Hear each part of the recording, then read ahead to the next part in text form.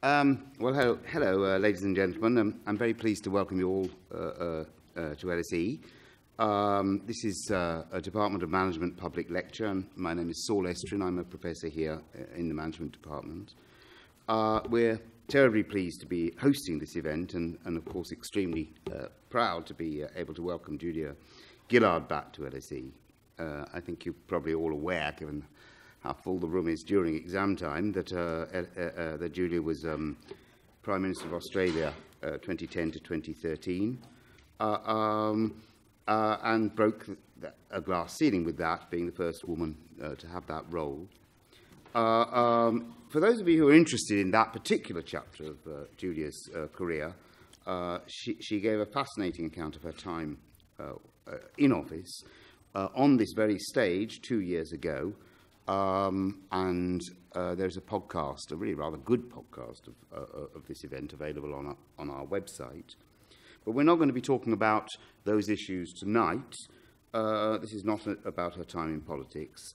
This evening is about investment in education, an issue that I think has always been very close to her heart. During her university years, she became involved in education issues and was elected as the Education Vice President of the Australian Union of Students.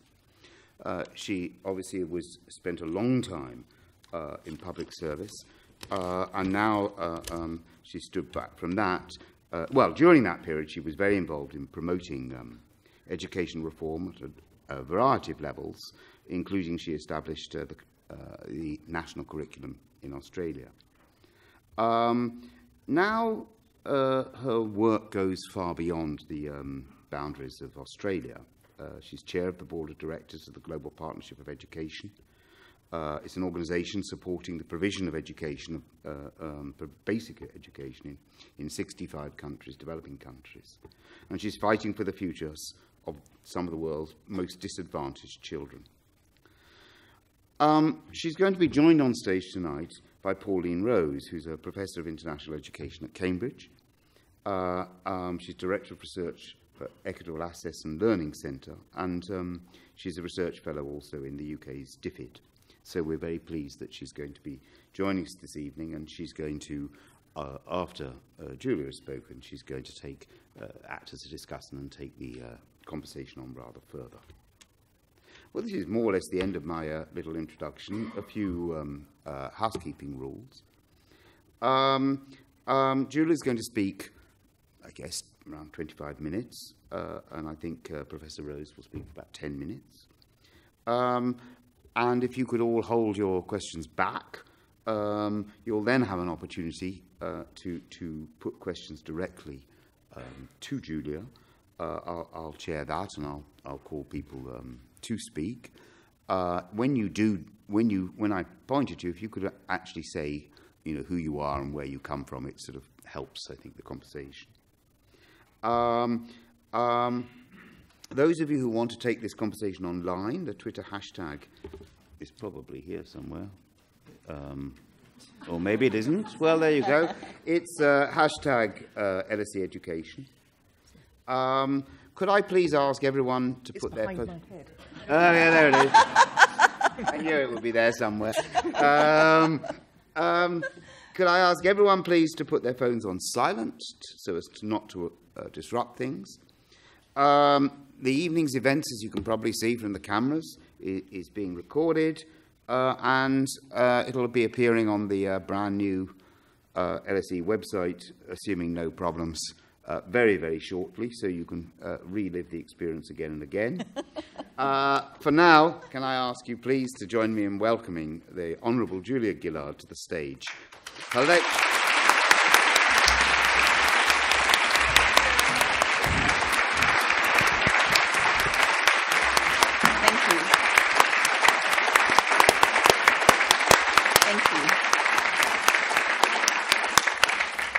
Thank you very much. Ladies and gentlemen, one and all, can I acknowledge particularly Professor Saul and Professor Pauline. I'm in the presence of greatness here on this stage. I'm delighted that they're here with me tonight. And can I particularly acknowledge the students of LSE in the audience? I'm glad that you're here.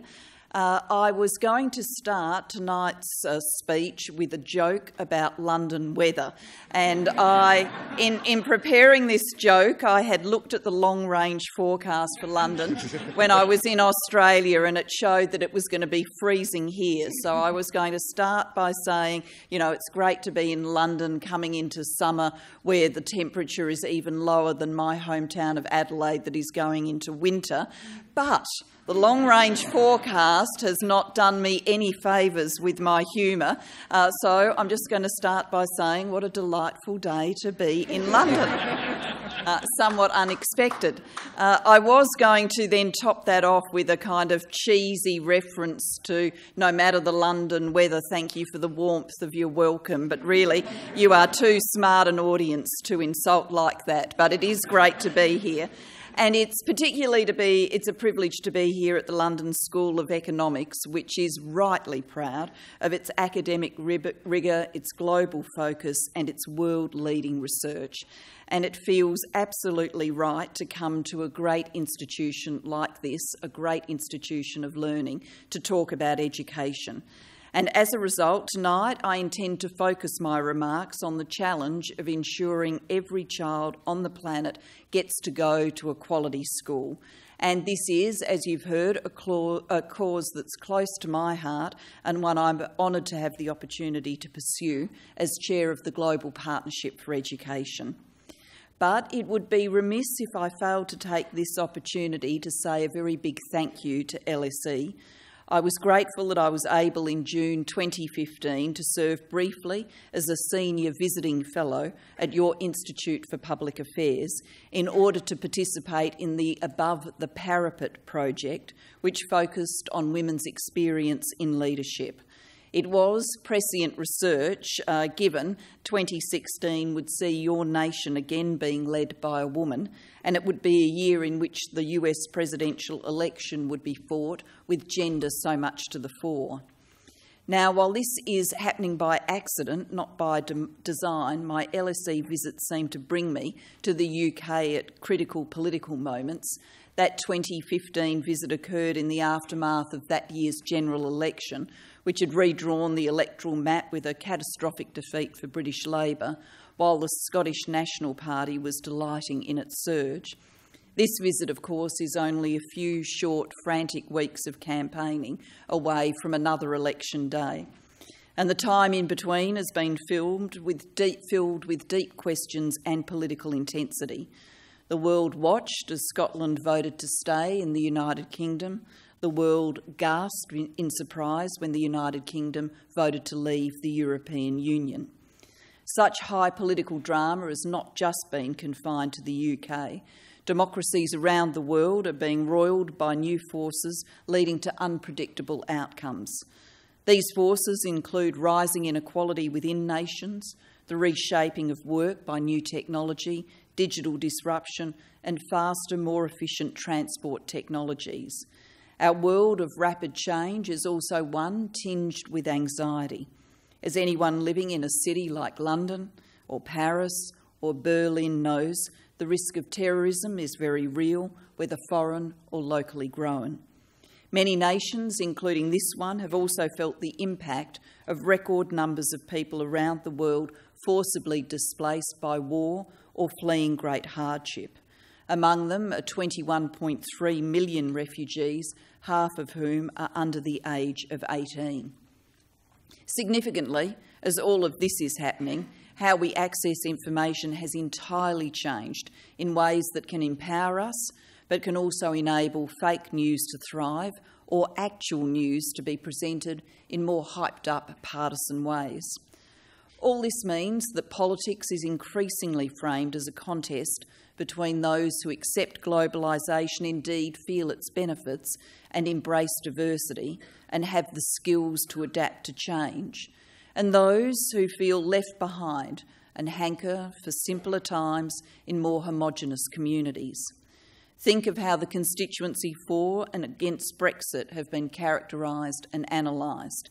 Think how differently this great global city of London voted from those who live in the valleys of my birthplace of Wales. And yes, I was born in Wales, though I know there's not much Welsh lilt left in my voice.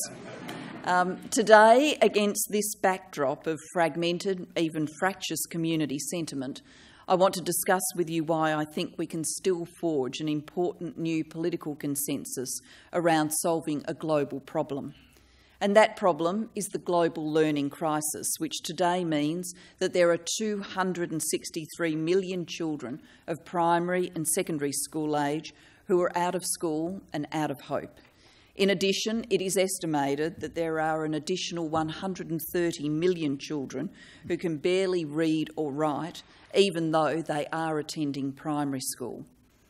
Without immediate and radical action to invest more in education, over half of the world's upcoming youth generation, 825 million of the 1.6 billion young people who will be alive in 2030, will simply not be equipped to work and thrive in the 21st century. The ones who miss out will be defined by pre-existing patterns of poverty. On current trends in low-income countries, by 2030, only 1 in 10 children will acquire basic secondary education skills. The vast majority, 9 out of 10, will be lucky to complete primary school. Even in middle-income countries, less than half of all children will acquire minimum secondary school skills. Yet, the jobs of tomorrow will require higher skill levels than today, given it is estimated 2 billion jobs will be lost to new technology by 2050.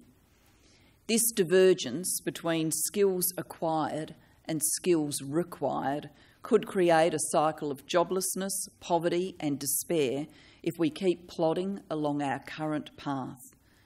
Condemning hundreds of millions of children to a dismal future, regardless of their aptitude, is a huge injustice, a violation of basic human rights, and it poses significant risks. Indeed, inequality and joblessness, especially among young people, have been cited for several years in a row as top global risk factors by the World Economic Forum. The Mo Ibrahim Foundation recently published a report called Africa at a Tipping Point, which provides a clear analysis of the implications of the continent's rapidly growing youth population. Its warning is stark.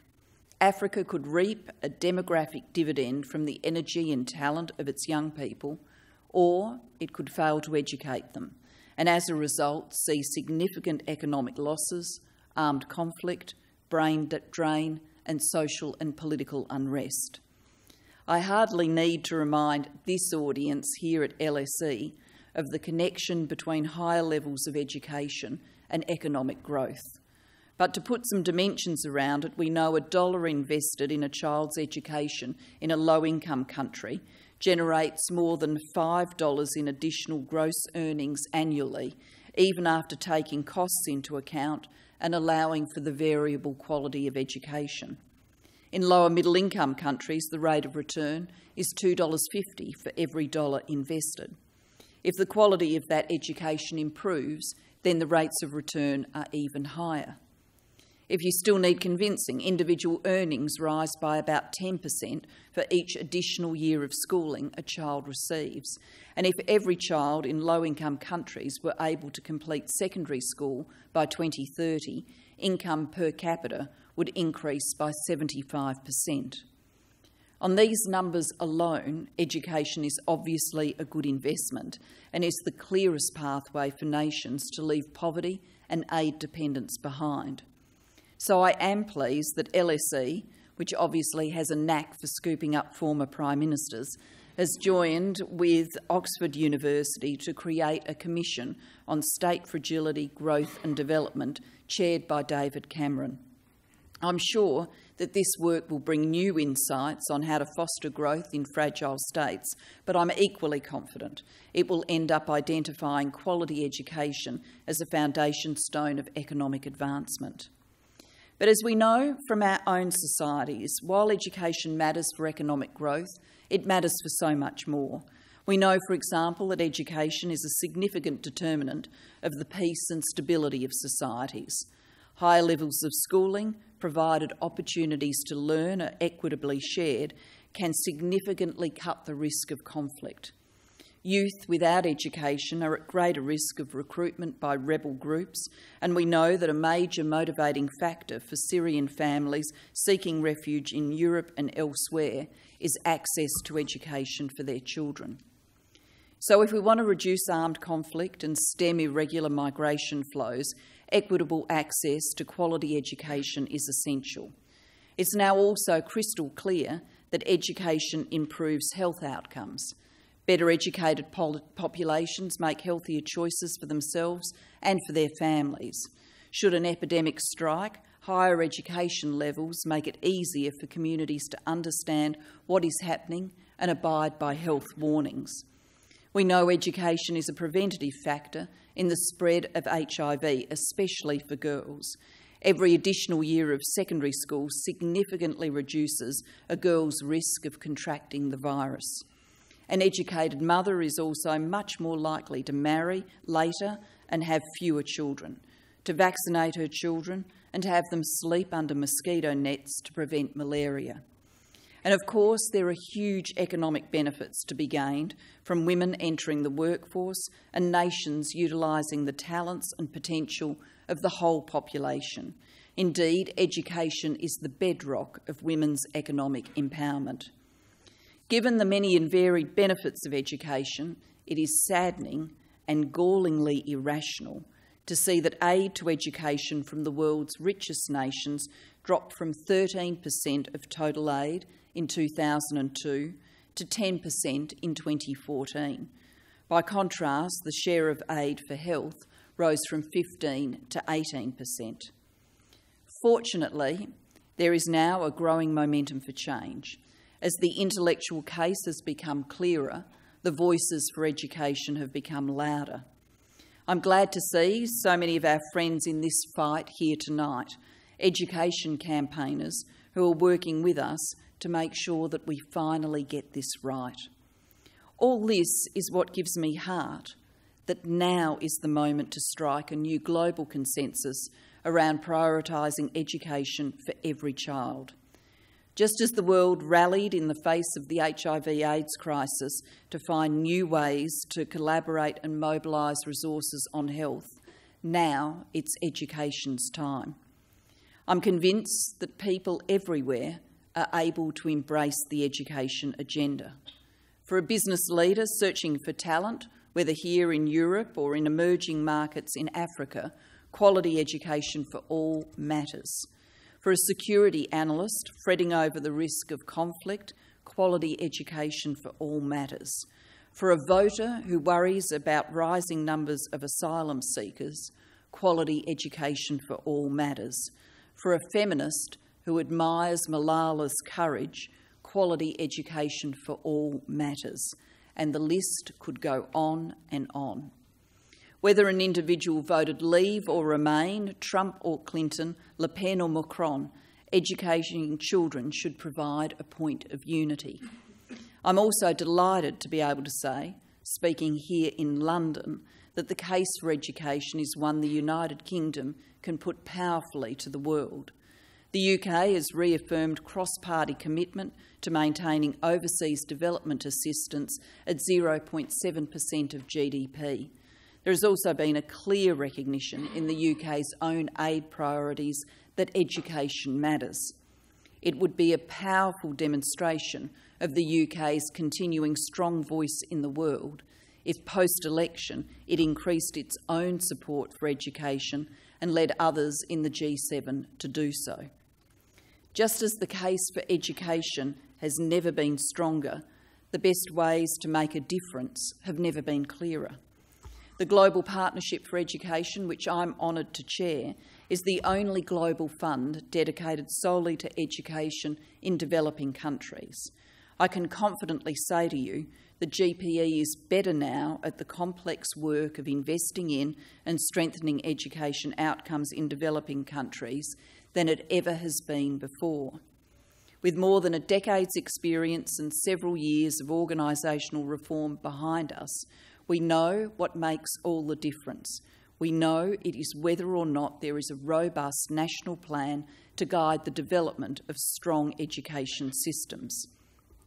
It's not just a matter of deploying more dollars or pounds to pay more teachers or build more schools, but of ensuring accountability and focusing on results right through the education system. To give you an example, the example of Tunisia and Vietnam. They spend a similar amount per pupil on primary and secondary education as a percentage of GDP. In fact, Tunisia spends slightly more. But Vietnam scores considerably higher in international secondary education tests. Vietnam's educational achievements are due to a number of factors, including strong cultural support for education and for teachers.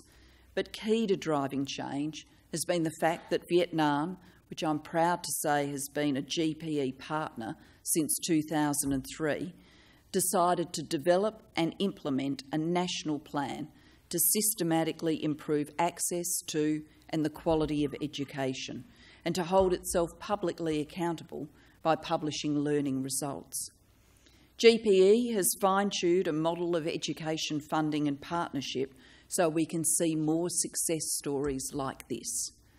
Our first step in working with a developing country partner government is to analyse the existing education sector, to determine the scale of need and to bring everyone into a single planning process, including donors, local civil society, think tanks, teachers and private sector philanthropists. This process leads to the generation of a transparent, high-quality plan, but it must also meet other criteria. In order for a plan to be approved and then funded by GPE, our partner countries must include a finance proposal to systematically collect data and report learning results.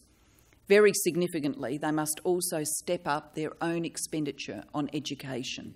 Here I want to emphasise that although we urgently need to scale up aid for education, it is domestic funding that is and will continue to be the source of the vast majority of funds. As a result of our focus on driving domestic investment, between 2002 and 2013, GPE partner countries increased their education budgets from 15.2 to 16.6% of total government expenditure, more than 3 times the average increase in all low and middle income countries. Not only is GPE funding linked to domestic spending requirements, it is also results-based.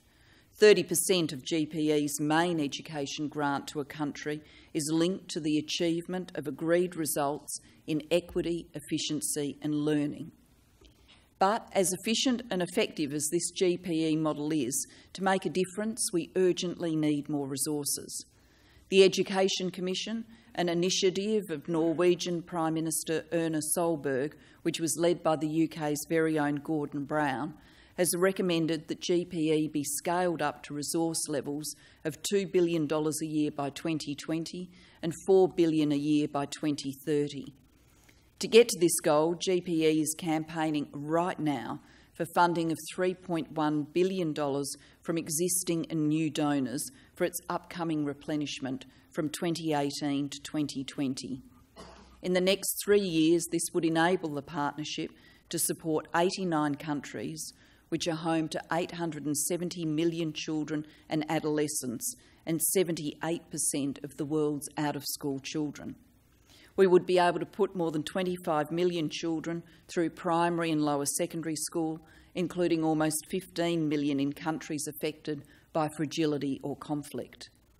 But in order to mobilise the funds needed, GPE also recognises that we need new mechanisms that provide additional incentives to our country partners to raise other forms of external co-financing, and we need new donors to join the education challenge. The old way of doing aid, where a small number of donor countries wrote the lion's share of grants for developing countries, just will not be enough. So GPE is now able to offer new ways for donors and funders to invest. donors can directly invest in GPE's newly created Knowledge and Innovation Exchange. We call it KICS. Donors that want to maximise impact can contribute to KICS to ensure new research makes an immediate difference on the ground. Our aim is for every country across the partnership to have, in a usable form, what has been learned by others, so the best new approaches can be included in an education plan. For donors who want to multiply the value of their contributions, we are creating an incentive pool of funding which will provide developing country partners with an additional $1 for every $3 they raise for education from other sources, such as multilateral development banks, bilateral donors and the private sector. Our one clear use of this funding would be to create packages with the World Bank so that its Soft Loan International Development Association, IDA funding, becomes more attractive to use in education. Donors can now also target their financing to certain issues. For example, a donor with a particular interest in girls' education could invest in female teachers and ensuring girls have safe, clean toilets at school so their menstrual cycle is not a barrier to attendance. At GPE, we recognise that a plan is only as good as its implementation. We ensure implementation is reviewed, but we also believe that many local eyes make a difference. Consequently, GPE supports civil society coalitions in over 50 countries to advocate for education and to hold their officials to account. Just last year, the coalition in Malawi helped to uncover 3 million kwacha, or about $4,000 or just over £3,000 in misappropriated funds meant for a school to help it buy chalk, textbooks and maintain its classrooms. By building the capacity of school management committees and parent-teacher associations, engaging advocacy organisations and investing in a strong and vibrant civil society, we are making sure accountability works from the bottom up. GPE now has the capacity to drive results, but given the scale of the global education challenge, even with $3.1 billion in our fund, we are not aspiring to work alone. That's why we supported the creation of Education Cannot Wait, a new fund to provide education support where there is a crisis or emergency. It's also why we are supporting the campaign to create a new international financing facility for education, which would focus on creating a pool of concessional loan financing for education for middle-income countries, especially lower middle-income ones. Just as he was at the centre of the Education Commission's work, the indefatigable Gordon Brown is campaigning for Education Cannot Wait and for the International Financing Facility. All this energy and activity is testament to my central proposition to you tonight, which is now is the time for education. We have the pieces in place to bring about a transformation in global education that will have lasting benefits across the Sustainable Development Agenda. We know what to do. We have an opportunity to start an ambitious scale-up to deliver the step change that is needed in global education financing. But to realise the promise of this moment, we need to put the global education crisis and the opportunity to fix it at the front of the minds of world leaders. Prime ministers and presidents need to see education as necessary investments, as an investment in child's lives. Indeed, see it in the same way they think about investments in national infrastructure or defence. Education, properly viewed, is not an expense. It's an investment in peace, security and prosperity. As Nelson Mandela put it so succinctly, education is the most powerful weapon which you can use to change the world. We need you, the people in this room, to join this effort because the world faces a stark choice. We can continue business as usual and face the consequences of denying hope and opportunity to rising numbers of young people in some of the poorest and least stable parts of the world. Or we can step up, and step up now, and make the investment in education that will pay dividends of prosperity and peace for the entire world. Here, the morally right choice and the smart choice are one and the same. We need to deliver change and create education for all. I know that there are people in this room from many parts of the world, and I ask you to leave tonight resolved to support GPE's campaign by telling your Prime Minister or your President that you'll be watching how your country contributes to GPE's replenishment and that you expect them to scale up investment and to scale it up significantly. There's an army of civil society groups out there advocating for global education and campaigning for the success of our replenishment. Please join them, sign their petitions and take action. And for the digital natives out there, you can show your support on social media. I'll be tweeting too. Use the hashtag #FundEducation. We can act together to shape the future, to make the case for investment in global education. I urge you to do so, and I thank you for your very kind attention. Thank you very much.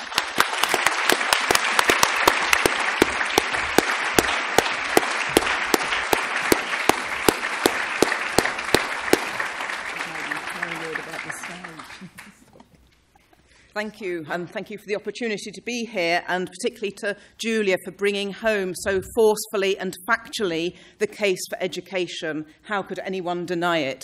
Before I start, I just want to give a shout out to the students from Mulberry School sitting in the front here in their purple uniforms.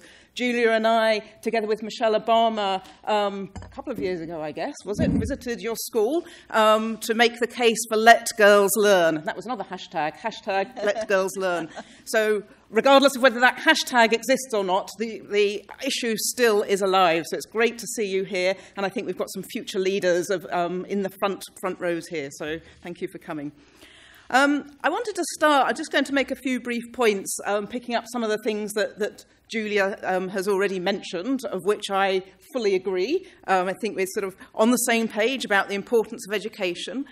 But it's really, I think, quite surprising, shocking, I don't quite know what word to use, that keeps coming up, that we're in this era where politicians can get away with making statements that are based on absolutely no evidence and no fact in the post-truth era. So Julia is obviously accepted from this comment, Thank you. as she's just shown.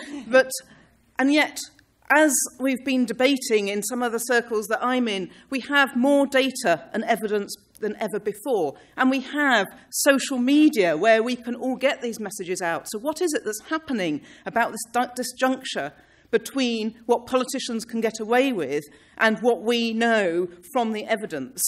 And one of the sort of most powerful pieces of evidence that is just irrefutable is the evidence that Julia has been putting forward about the case for education. I mean, the numbers are there. The extent to which a more educated population leads to economic growth, greater productivity, increasing the age of marriage, improving the health of children and future generations, issues around peace and security. It's just a no-brainer.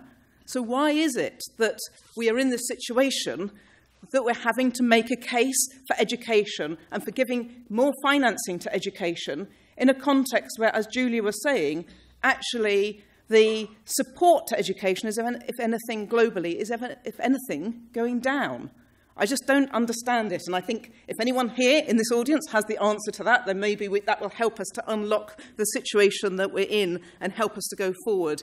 And what is it that really is politicians finding threatening or problematic, or what is it that's holding back the investment in education to the extent that we need it? When we think about it, the amount of international aid, this is from all donors, that is spent on educating a child in the poorest country, is just around $10 per child. I think we can probably forego a couple of cups of coffee a year in order to pay for these children to get a good quality education. Why is it that we're having to make this fight and make it so forcefully when it seems, to some of us at least, so obvious? At the same time, we are in a situation not only where there's not enough funding, but as Julia was also mentioning, we've got this huge challenge, both in terms of getting children into school and staying in school, as well as learning once there. And it's the most disadvantaged. It's the children from the poorest backgrounds, living in the remote rural areas or in urban slums, the children with disabilities, the children from particular ethnic groups who are getting left behind. And however much we're making the case, we're showing the numbers, we're showing that of those most marginalised, only around 1 in 4 are actually getting to the end of primary school in some of the poorest countries. If we think of this audience here, divide up just a quarter of this audience, think that you could never get to the end of primary school. We would be shocked. And yet this is the reality in some of the poorest countries. So what is it that we need to do to convince the leaders in some of these countries and the leaders globally who we want to put their monies in their pockets and to help to support and change the situation? What is it that we need to do differently?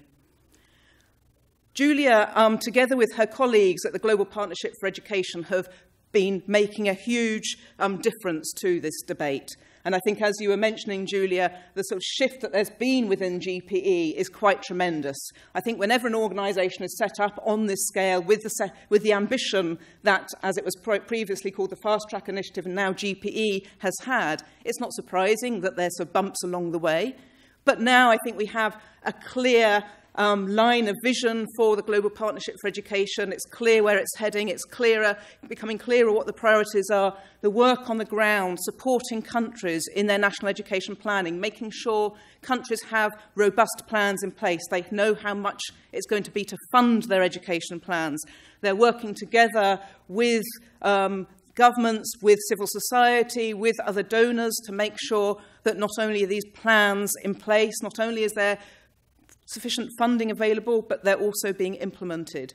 That they're working, I like that, the acronym KICS, sort of with evidence, with data, to make sure that actually this is done in a way that we can really help to see change. And I think this is really important. And the point that Julia was making about making sure that GPE has the resources it needs to actually play the role that is intending and wants to play is really important. So I just support the points that Julia has been making on that. Just to take it maybe one step further, I think we all know that it's not just about the amount of money, it's also about how that money is used. So the Education Commission that Julia was mentioning, that is headed by Gordon Brown, one of its messages was on progressive universalism. So this was about how to make sure that the funds that are available, and hopefully a growing pot of funds that are available, are prioritised to both where the returns to education are the most and to where the needs are the most. And by coincidence or otherwise, they converge. This needs to be on the earliest parts of the education system. We know that the returns to early childhood to education are high, and we also know that when disadvantaged children get into early childhood education, they are more likely then to make it through primary school and to be learning.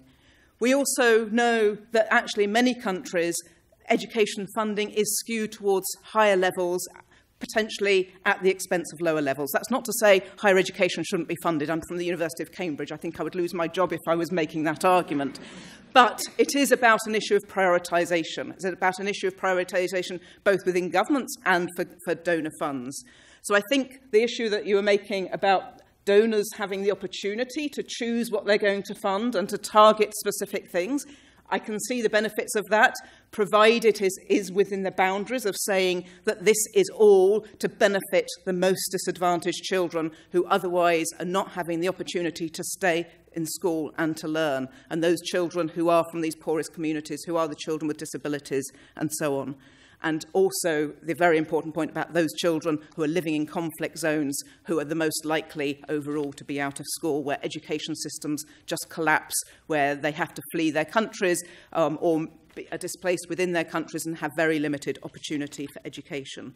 So I think just to sort of reinforce the message, not only that we need more money, but we need to make sure that money is going to those who need it the most. And I think there's a lot of analysis that we can draw on that shows how we can prioritise better. We're having debates here in the UK about how to spend the limited education budget that is available. This is the reality all around the world. So I think just to conclude, I would just again like to thank Julia for the really important points and to reiterate the hashtag, not only hashtag LSE education that I had my head in front of, but hashtag fund education. Thank you. Okay, well, I'd like to thank both of our speakers on your behalf as well as mine. A lot of really important issues raised and a lot of passion, and now it's all your turn. So I'd like to take questions from the audience. We'll start off one at a time and maybe accelerate if there are really a lot of hands go up. There's going to be people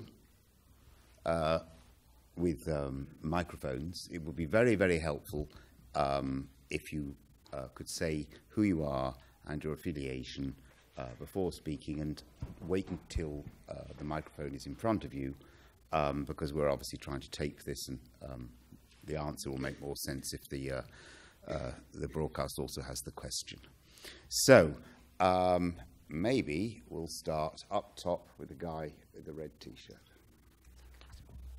Hello, thank you for a great talk. I'm Alex. I have no affiliation. I'm just interested in the lecture, and I've heard a lot about you. I'm just wondering to what extent the elite or the rich use social dogmas like identity politics to suppress the poor and keep them in their place, when actually the only way that the poor can win or get an education is to stick together and be kind to each other and be nice. It's not about identity politics, it's just being human.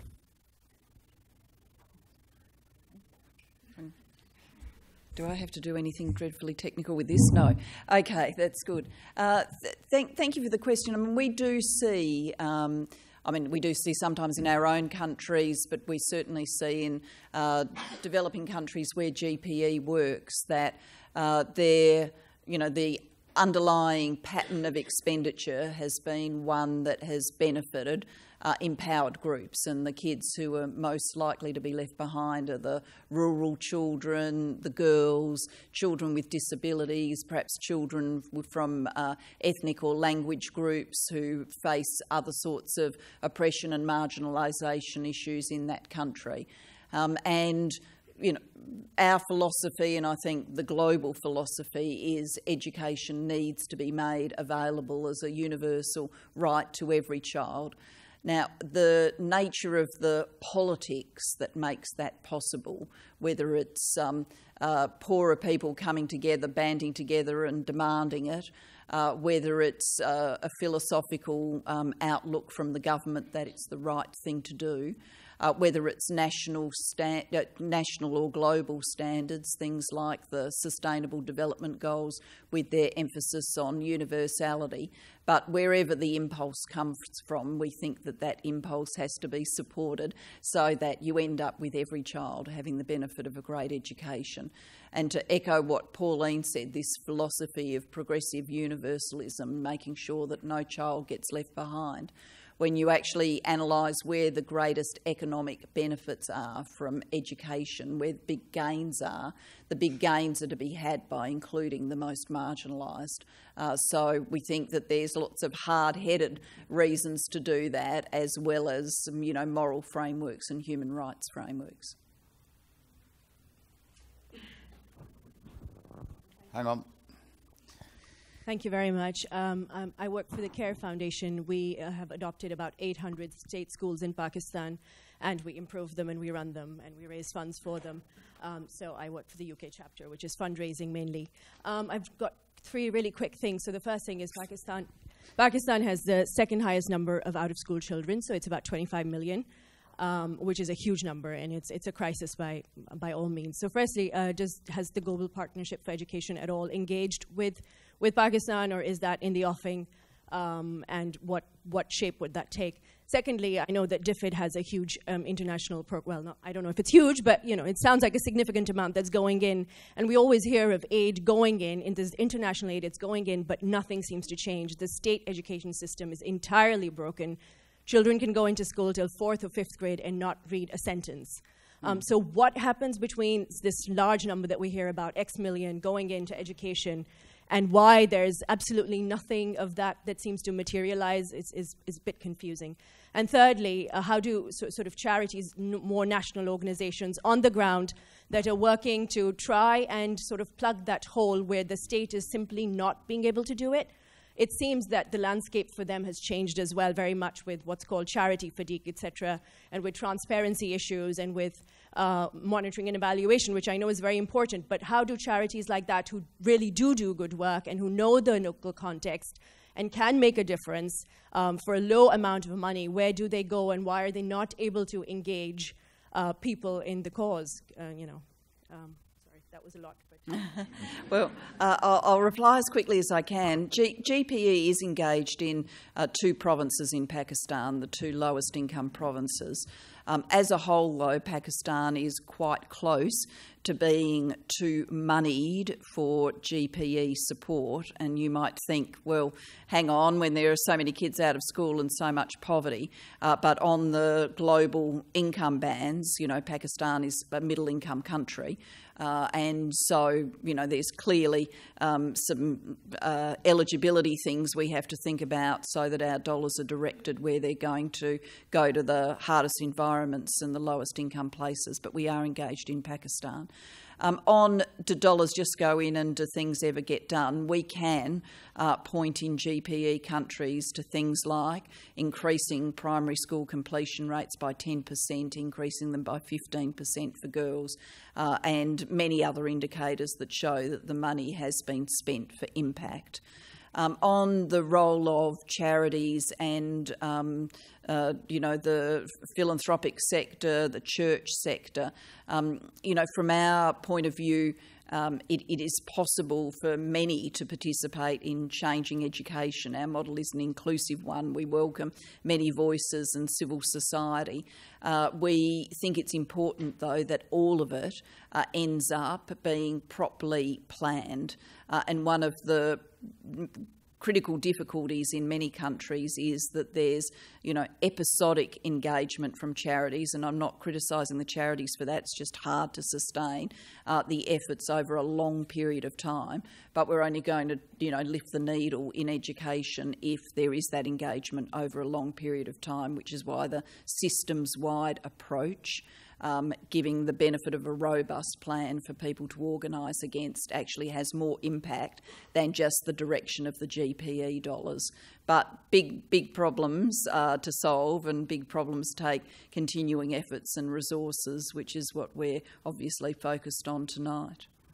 Pauline, do you want to? And maybe just to come back as well, because I've with colleagues working on some issues in Pakistan, so I think there's sort of points that you're raising are very pertinent. One point I would make is inevitably some of the education issues go beyond education. So the lack of resources in Pakistan is partly to do with the low tax base in the first place, which means then in turn few resources get passed on to education. And in addition, the large military budget means, the point that Julie was making earlier, means that there's insufficient resources for education. So about 2% of GDP in Pakistan is spent on education, which was one of the lowest in the world. So I think there's a sort of opportunity there, and I think this is already what some donors are doing in Pakistan, not only just to support the education sector directly, which is important, but also the tax reforms that are going on within the country, which are potentially hugely important. I think the other, on your other point about sort of we continuously see Pakistan as being one of the lowest performers in terms of numbers out of school, similarly in terms of learning. I agree with Julie, there have been improvements on some things like the quality of education. It obviously takes time, and I think that's partly the reason why it can be sometimes more difficult for us to make the case in education, because in health you can quickly identify the number of people whose lives have been saved thanks to a vaccine. It's much more difficult to do that in education. It's a long-term investment, and it's only going to be possible if we sometimes look beyond the boundaries of any one government's election cycle if we're going to really see a difference. So I think there's a sort of number of important points that potentially go beyond the education sector, but that we need to be working together closely with to see the change that we want. Gentleman on the back row has been very neutral tonight. Good evening. I also come from the South Wales Valleys and trying to make my fortune in a foreign country here in London.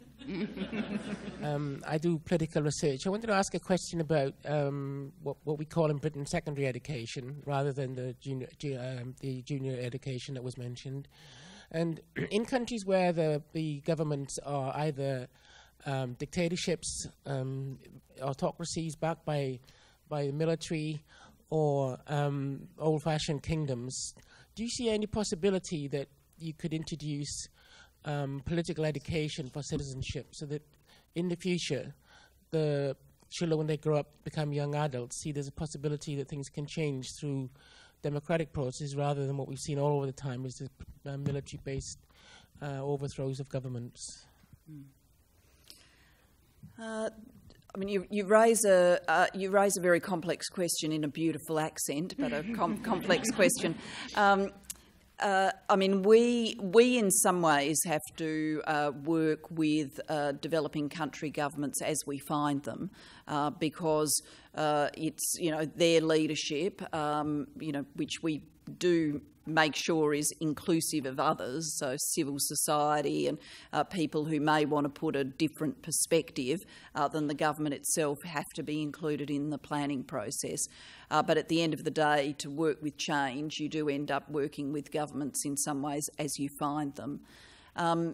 That doesn't mean that through resourcing civil society and through GPE's own advocacy that we don't put perspectives about what an appropriate 21st century education looks like. But there's obviously got to be dialogue about that. There can't be sort of imposition from above. And the other thing that, really pertains to this point is the connected nature of our world. Yes, there are some incredibly oppressive regimes around the world, think of North Korea, that have managed to push back the tide of globalisation and interconnection and tried to starve people of information. But right around the world now, you do find that people have got access to information. They know what is going on, and they do know if their government is trying to sell them something that is completely divorced from reality. So societies are more questioning now of the things that they're told than they've been in the past, which in many ways is all to the good in terms of building cultures of civic engagement and accountability, holding governments to account for what they're doing and what they're saying.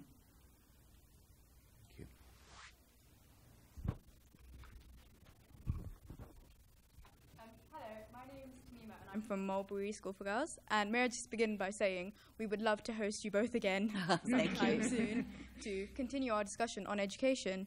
But anyway, so my question is, how do you propose that we, as a global community, can provide education to girls in post-conflict zones, so places such as Afghanistan and maybe Lebanon, because of the amount of displaced people there? Because it's just that much more difficult, isn't it? Because not only are there these cultural barriers, but then there's a complete lack of infrastructure. Where would you begin? Where would you start? What would you do? So how do you think that we can help? Well, I'm confident we can help, and the reason I'm confident is Afghanistan is a member of the Global Partnership for Education, and we have been engaged there on planning the schooling system and mobilising resources to realise the plan. And, it is a question of getting a plan right that works within a context. And so one of the things that is pivotal to the plan for education in Afghanistan is that we needed to see the training of more female teachers, because many families would not permit their girl to go to school if she was not going to be taught by a woman. And so we have been able to work with them to lift the training of female teachers, which in turn has lifted the number of girls going to school. Now, that doesn't wish away all sorts of challenges about poverty, the security environment, and many of us would know from recent incidents in Afghanistan that in parts the security environment has become very challenging, once again very dangerous. And in those circumstances, families are obviously going to think about whether or not it's safe for their child to go a distance to education. But with, clever work, thoughtful work and the mobilisation of resources, you can often find solutions. And one of the things that never ceases to amaze me as I get to travel to some of our developing country partners is how motivated girls in particular are to get an education, and the fact that they will travel huge distances, risk their own personal safety, walk miles and miles in order to get an opportunity to be educated. So if they're doing that with such determination and courage, I think it's incumbent on us to make sure that there is a quality school for them when they get there.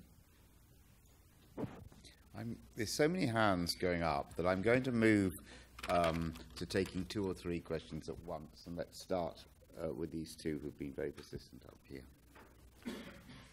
Hi, thank you for speaking to us. How do you think the changing face of technology, for example, artificial intelligence and ed tech, is going to impact your work? Hello, I come from Iran, educational foundation in Iran, and I work there. And my question is a little bit personal. As a woman who is somehow powerful in her role, and I want to know what are the main challenges of a woman in this role. And because I come from educational sector, I work with so many women. They are mostly in lower levels in the educational hierarchy. They are mostly teachers, and that glass ceiling is one of the main problems in my country. I want to know, how did you pass that glass ceiling, and what have been your main challenges? Why don't you just take those two? Okay. Thank you for both questions. On education technology, our work is not engaged. I certainly follow in the literature because I'm personally interested, but our work is not engaged at the absolute forefront of educational technology like the artificial intelligence potential that you're referring to, because many of the contexts in which we work, there's not connectivity, there's not electricity or reliable electricity. And so, technology solutions at scale, trying to give every child a device, for example, aren't going to fit in the context. And in fact, many errors have been made in trying to drop in hardware in circumstances where it's just not going to work.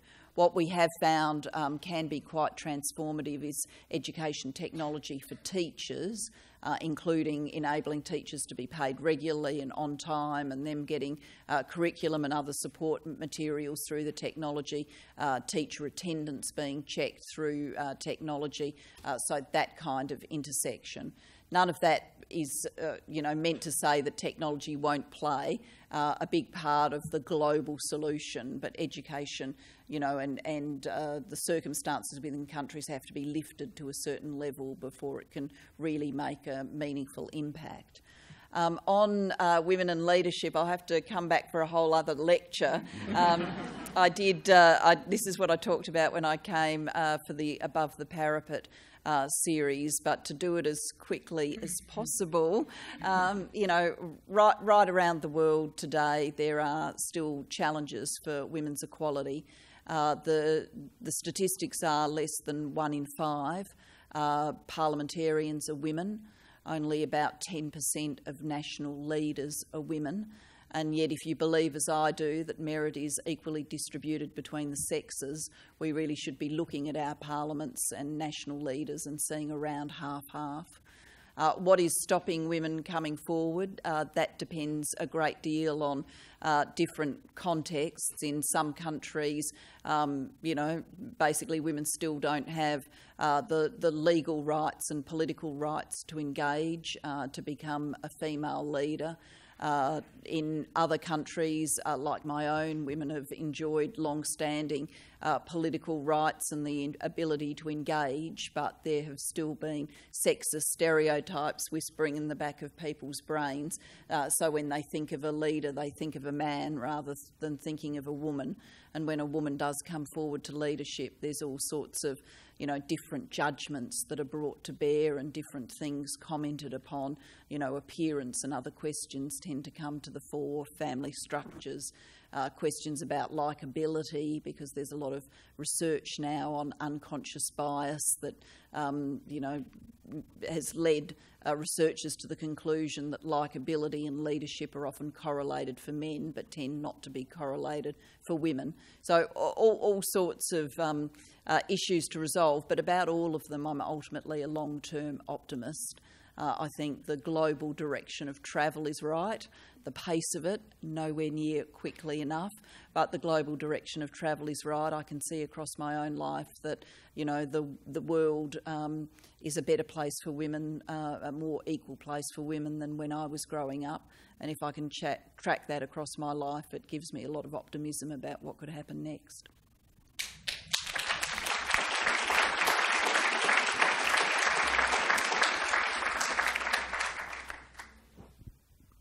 Hi, my name's Tim Besley. I'm in the economics department here at LSE. I want to draw you out a little bit on a topic that you only mentioned very briefly, actually, in the answer to one of those questions, which is the topic of teacher quality and teacher performance. Because one thing I've become convinced by when I look at the evidence is just how central to pupil attainment is teacher quality.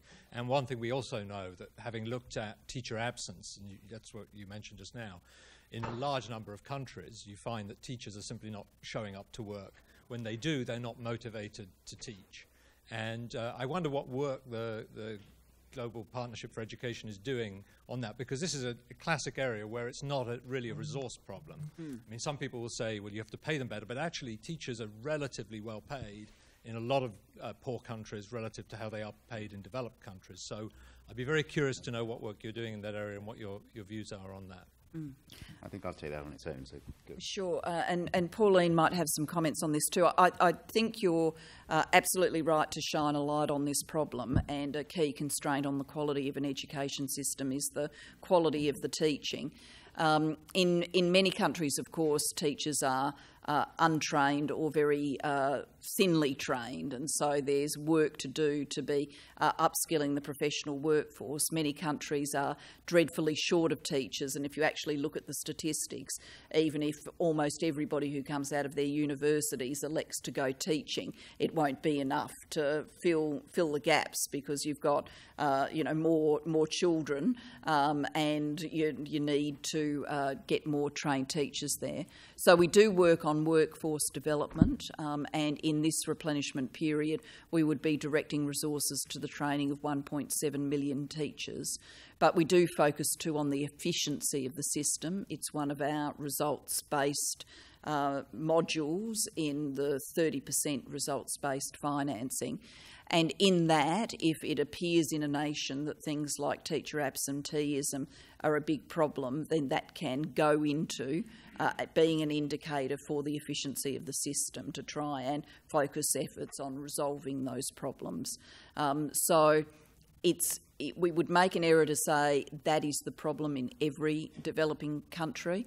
Many developing countries, teachers are in class, on task, actually asked to teach double shifts, that is to teach longer hours than teachers in the UK would possibly tolerate, or teachers in Australia would possibly tolerate.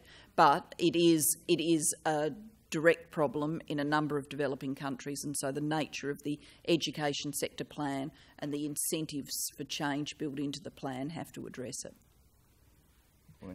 Yeah, so thank you for the question, which is an important one, and sort of maybe just also to pick up on it, first of all, the more general point on teacher quality and then the specific issue about teacher absenteeism.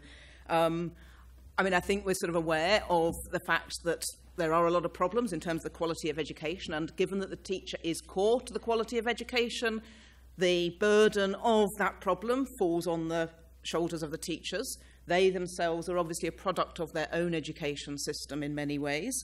And at the same time, they are facing an increasingly diverse classroom, a classroom where you have first-generation learners in the schools, children whose own parents aren't literate, they don't have the support networks that we are used to or some of their peers are used to, and the teachers themselves are not equipped to teach this diversity.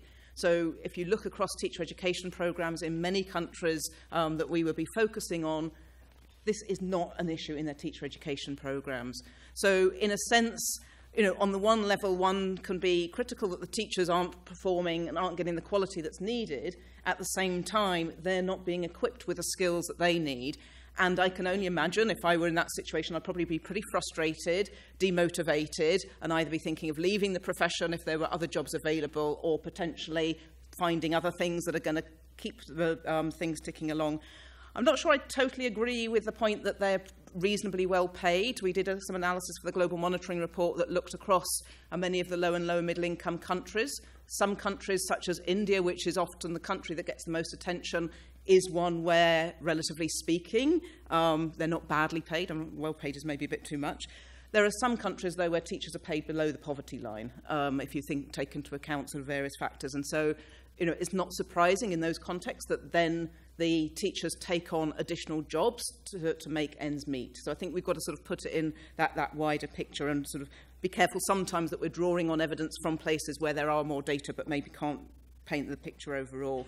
I'm not saying that teacher absenteeism isn't a problem, but I think we just need to sometimes be cautious.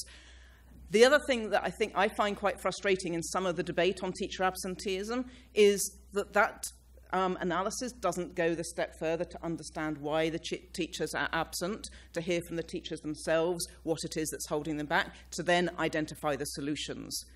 Because, yes, there's a problem, but to identify the solutions, we need to know why it is that there's the problem in the first place. So there have been experiments that I know you'll be aware of trying different things in terms of trying to incentivize, and some things working better than others, and putting teachers on short-term contracts and seeing that can perform better, at least in the short term. But really, I think we have an insufficient understanding more generally of how to deal with this issue, to make sure that we're moving beyond saying it's a problem to identifying the solutions that are going to see the sort of large-scale shifts that we need to see, and recognise the teachers as struggling in the role that they're in. Just one final point. I'm working on a research project in India and Pakistan, and in this context went to visit some schools, and I think I was really very pleasantly surprised by seeing teachers in very under-resourced circumstances who were there really trying to identify strategies themselves with very limited support, and some of their own skills development and professional development, of recognising that some of their children were struggling and trying to identify the best ways to support them. So I think there's a lot of positive experiences out there that we probably need to also spend more time learning from, in order to identify not only those that are part of a problem, but also those that can help us identify the solution. I'll take a few from up here. The third lady in the third row. Thank you. I noticed that GPE has many of the partners in GPE are countries from the part of the former British Empire.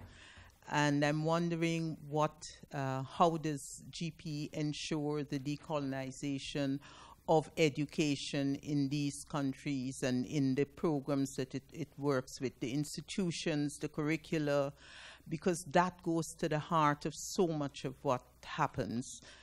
By the way, my name's Anne, and no affiliation, spent many years in education, but I'm really bewildered in a sense, because both in the developed world and in the developing world, or however one chooses to define, there is a desperate need for a decolonization of the whole of education. And I agree with the presentation and also Professor Rose's passionate support that education is a key and is one of the least expensive in terms of money, but needs the will for it to happen. Let's take just a few more from here. The lady in second row. And then you. Thank you for your lectures. My name is Dylan. I'm from South Korea, not from North Korea, unfortunately. I have a question. I'm having my master's here at LSE. I have a question related to child labor issues. I think education issues in developing countries are closely related to child labor issues. If we build schools for children and their parents send their kids to work and they're forced to work, then what happens? Is there any actions taken by GPE related to child labor issue? And then one more from just there. Yeah. Yes. Hello, my name is Julia McGowan. I'm actually with Handicap International, work on inclusive education. Just wanted to say a couple of points. One is to thank Pauline for her comments around children with disability, because I think that's obviously I'm slightly biased because I work in that field, but I think it's really important to focus in on specific groups that are particularly disadvantaged and make sure they're not left behind.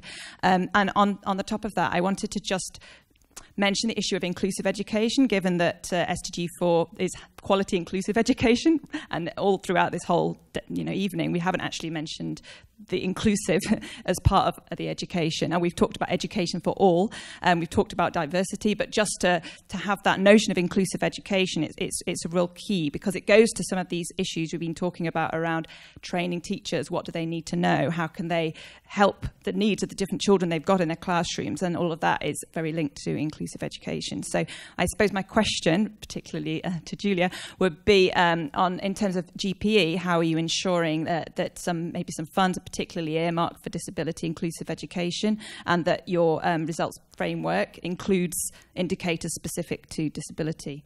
Thanks. Thank you for all three questions. I'll take them in reverse order. I agree with you absolutely on the inclusive education, and we do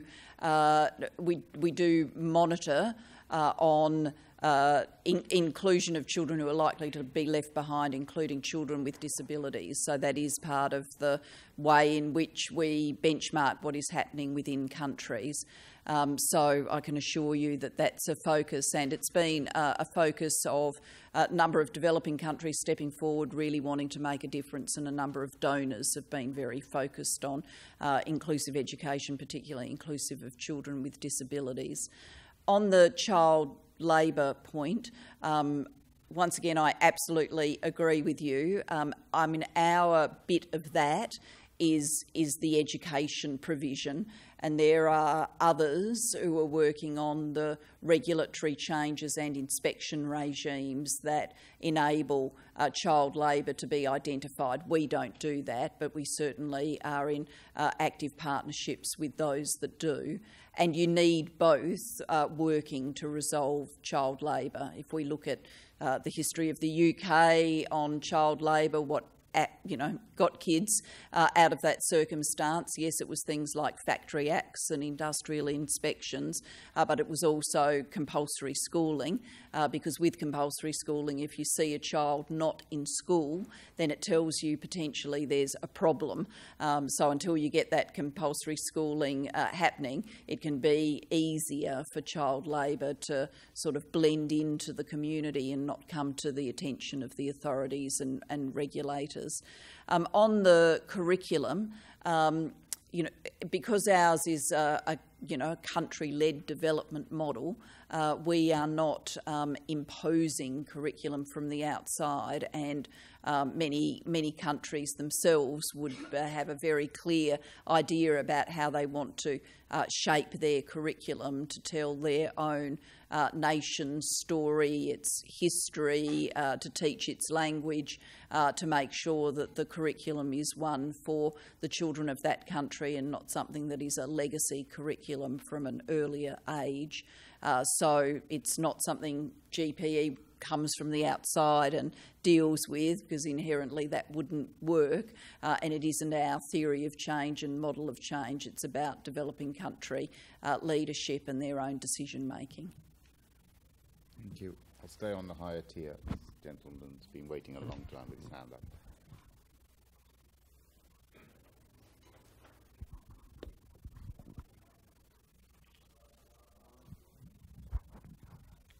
Thank you very much. We have an election coming up in a few hours, will be stopped from being able to take part in this election. In Australia, you're forced to do so. I'd just like to ask Julia, because you are a ex-female Prime Minister. We have a female Prime Minister at the present time.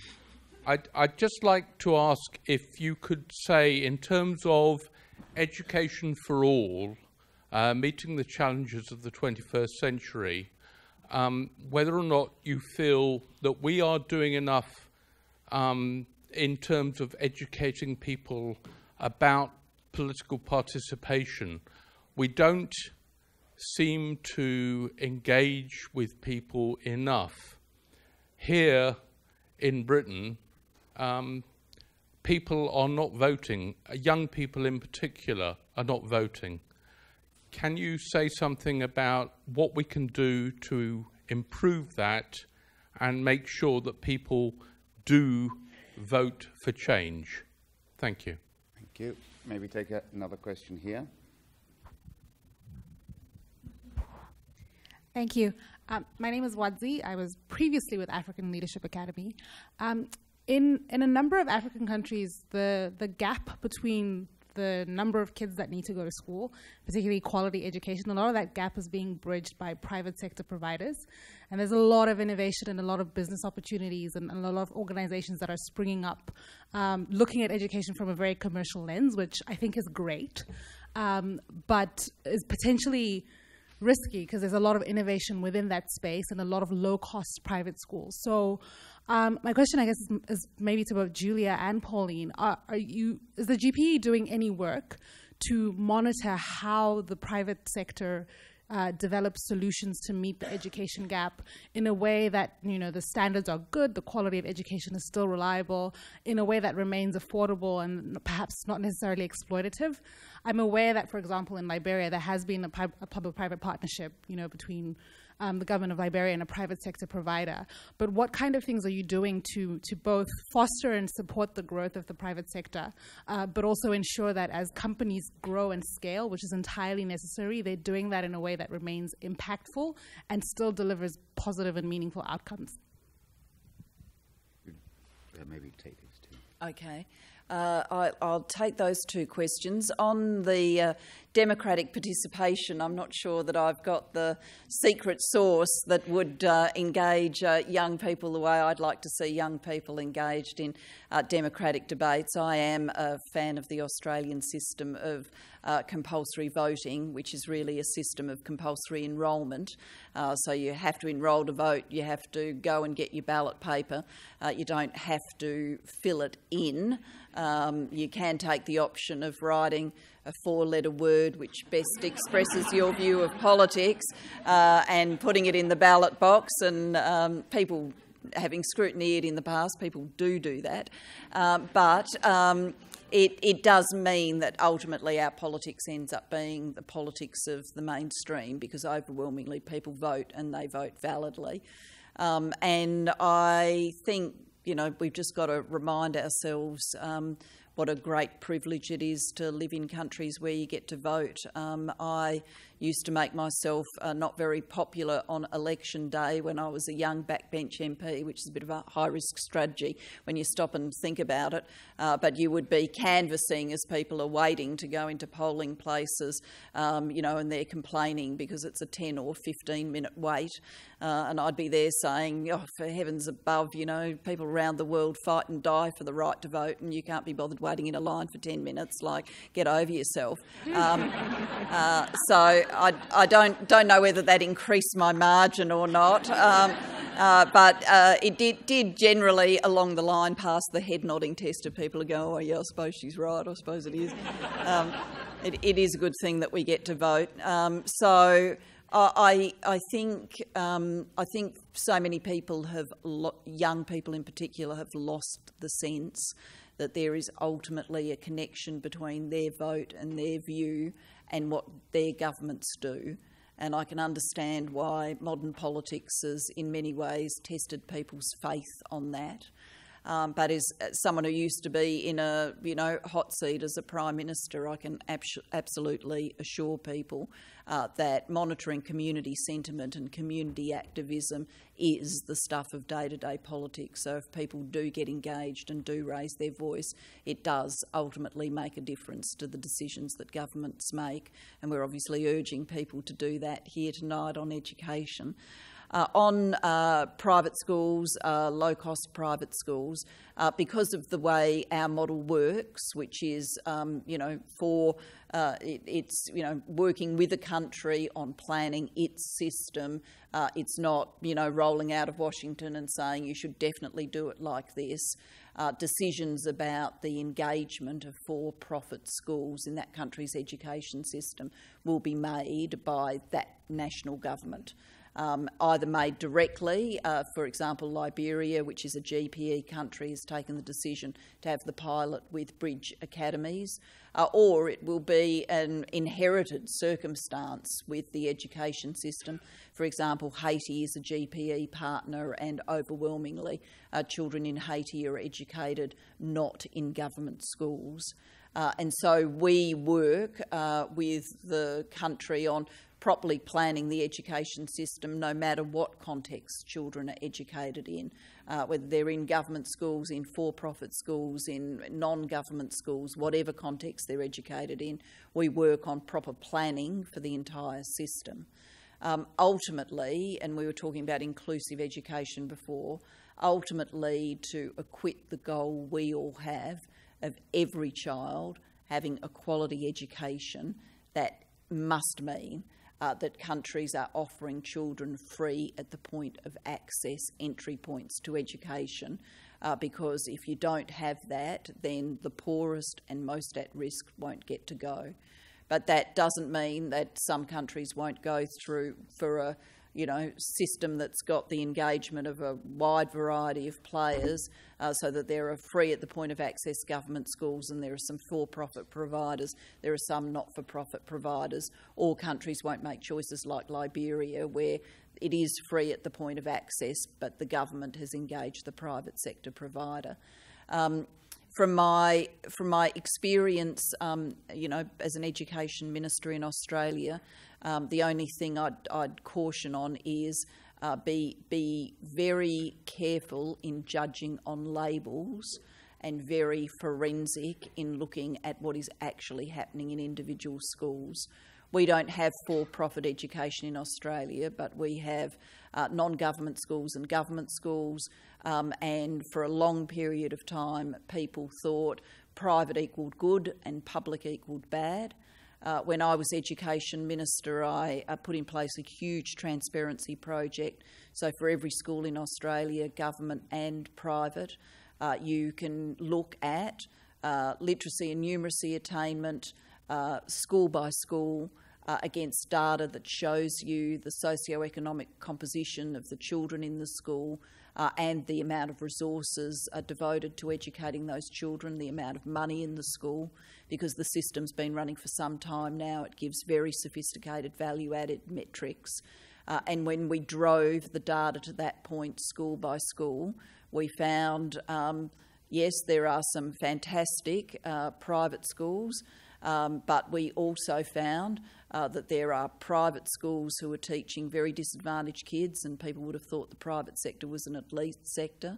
And we found government schools that are getting incredible results.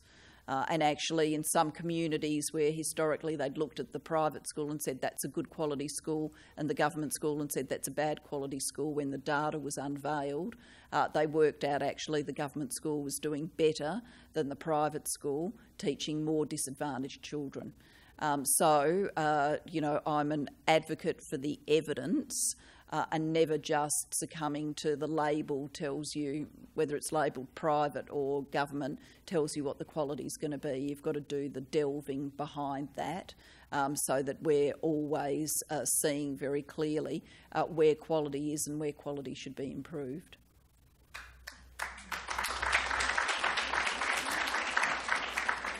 Pauline's just going to come in. Yeah, I think just to support, I think what you're saying about what you've seen from those data in Australia, one can also see from some of the poorest countries as well. So we don't have as much data in other countries, but in countries like India and Pakistan and some East African countries where we've been working with what's called citizen-led assessment data, we've seen that poorest children who are in private schools are less likely to be learning than richer children in government schools. So it's not just to do with the type of school, it's to do with whether you're rich and poor, what type of schools you have access to, where you're living, etc. So I think it is a far more complex picture. Of course, these private schools have been mushrooming because of a void, because of some of the problems we're seeing in the education sector, which comes back to the need for more funding overall, but not to see these private schools as a panacea necessarily, because they are also low quality. They might just sometimes be slightly higher quality than some of the government schools in those areas. Thank you. I'm going to take a last round of questions. I know a lot of people have had their hands up, but I'm going to start here and then get to there. Thank you. My name's Sammy. I'm also from Mulberry. And my question was, for schoolgirls like us, what could we do that would help get people in school and help the Global Partnership for Education? Lady behind.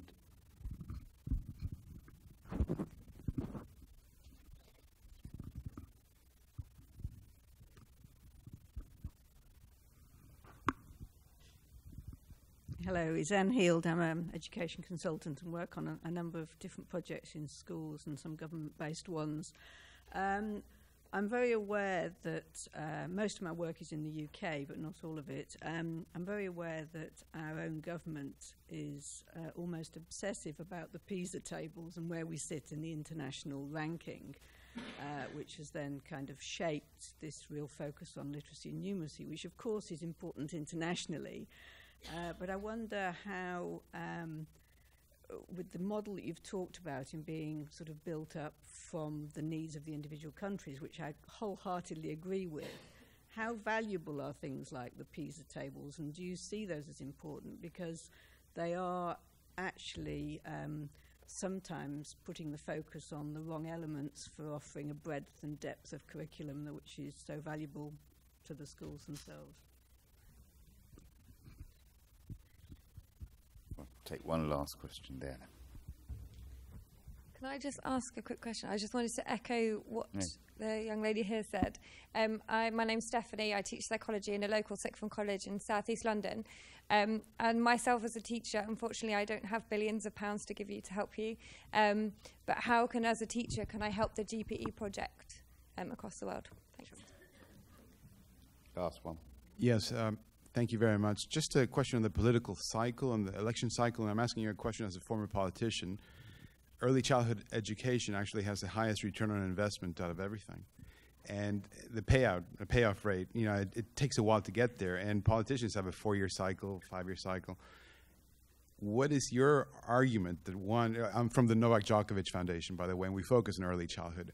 What is the argument that one should put in front of a politician who's perhaps looking more at the election cycle than what the economic theory tells you about investing in early childhood? Thank you. Right. On early childhood, you know, having been a politician, I think we've got to give politicians a little bit of credit. Yes, election cycles matter, but people do make decisions that will have impact over the longer term. I mean, you know, as a government, we did a whole set of changes in early childhood because we were absolutely persuaded by the, you know, increasingly available, you know, neurological development research that showed when the connections were being formed in a child's brain, and consequently the economic analysis that showed how important it was to invest in early childhood education. So I don't think, you know, politicians absolutely turn their eyes against longer-term investments. Really, it's about making the case for change with evidence and with practical policies to take you there. And one of the things I think sometimes as advocates maybe we make a mistake about is we try and go from, in a political campaign, we try and go from where we are now to advocating for utopia, and obviously decision makers need the various steps spelled out as to what's, success to make a difference, and then the next difference, and then the next difference. The Global Partnership for Education, in thinking about our replenishment campaign, we've deliberately done that. We've stepped this out as a replenishment to take us to being a $2 billion a year fund, rather than just saying, unless we get $2 billion a year tomorrow, then, it's not a successful round, because we understand it takes governments time to make decisions and to gear up for more and more resources going to education. So I do think, much of the policy argument about early childhood education has been won, so I'm optimistic about that. And certainly in developing country contexts, people are increasingly focused on early childhood, the interconnections with nutrition, the interconnections ultimately with long-term education potential. On the question about PISA, PISA is a test that makes sense when people have had the benefit of 10 years of continuous education. It's a test for 15-year-olds. And in many developing countries, the numbers of students who would have had the benefit of that 10 years of continuous education is actually very few, because kids are still disproportionately leaving at the end of primary school. So there is work being done on PISA for development, a test that would be more appropriate for many developing country contexts. I'm an advocate of that kind of, personally, I'm an advocate of that kind of testing. I think you do need to be able to measure and benchmark where countries are. That doesn't mean that you then close down all education to just what is being measured in those tests. I think it requires a common sense perspective about, depth and breadth. I know from some work I've done at Brookings that there's been a lot of dialogue, including with developing countries, about the aspirations they've got for their education system, and it has been about, being workers and citizens in a 21st century world. They do want, their education system to be one with breadth in it. They're not saying, let's just pound on literacy and numeracy. But we do need kids coming out of schools being literate and numerate. So I think we can do that balance. And some of the issues that we have in our own education debates about testing, and is testing too frequent, and is the curriculum too crowded, actually don't apply in many of these developing country contexts. Kids aren't tested regularly. The curriculum isn't too crowded. It's really a question of getting access to as many hours a day of education as students need, rather than being forced into long hours and after school programs. That's not the problem. So we've got to be careful about uplifting our policy concerns and just sort of putting them down in another context. On what people can do to help, whether teachers or students, thank you for that question. I think it's a great one to end on. We talked a little bit earlier about what mobilises political will in democracies, and what mobilises political will is active citizen engagement. And so I would be asking students and teachers here and in the room beyond this room to be thinking about these issues and then making their voice heard on what the government here should do, or for people who are from overseas, what your home government should do to invest in education and invest in the Global Partnership for Education. When we had our replenishment in 2014, there was a country we were waiting to pledge, and there was a very active civil society campaign to tweet the minister, to send material into the minister, to put pressure on the minister to make a decision. And I distinctly remember a conversation with that minister where the minister basically said to me, "We're going to pledge, can you call them off now? Can you make them stop?" And to which I said, "Well, we'll see the pledge first." But and really, it's not a it's not a tap you can just turn on and off. But it just gives you an idea that actually you know, putting a petition around your school, getting involved in the social media campaign, having write-in campaigns to local members of parliament when government is formed after the election, having write-in campaigns or visibility campaigns to the Minister for International Development, to the Foreign Minister, to the Prime Minister, to the Chancellor of the Exchequer. These things actually do make a difference to where money gets allocated and how it gets allocated. So I'd really just be advocating make a lot of noise. And having had the great delight of being at your school, I know that there are hundreds of very competent, thoughtful young women there who will be very good at that if they set their mind to it.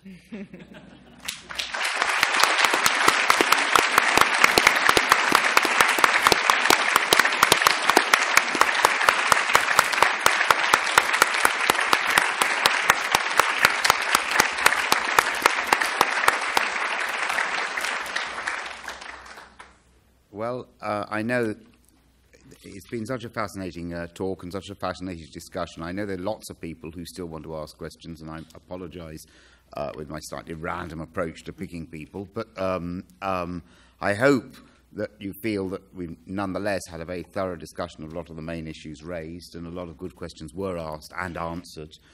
And I think it's been rather a special evening. So I'd like once again to thank both of our speakers.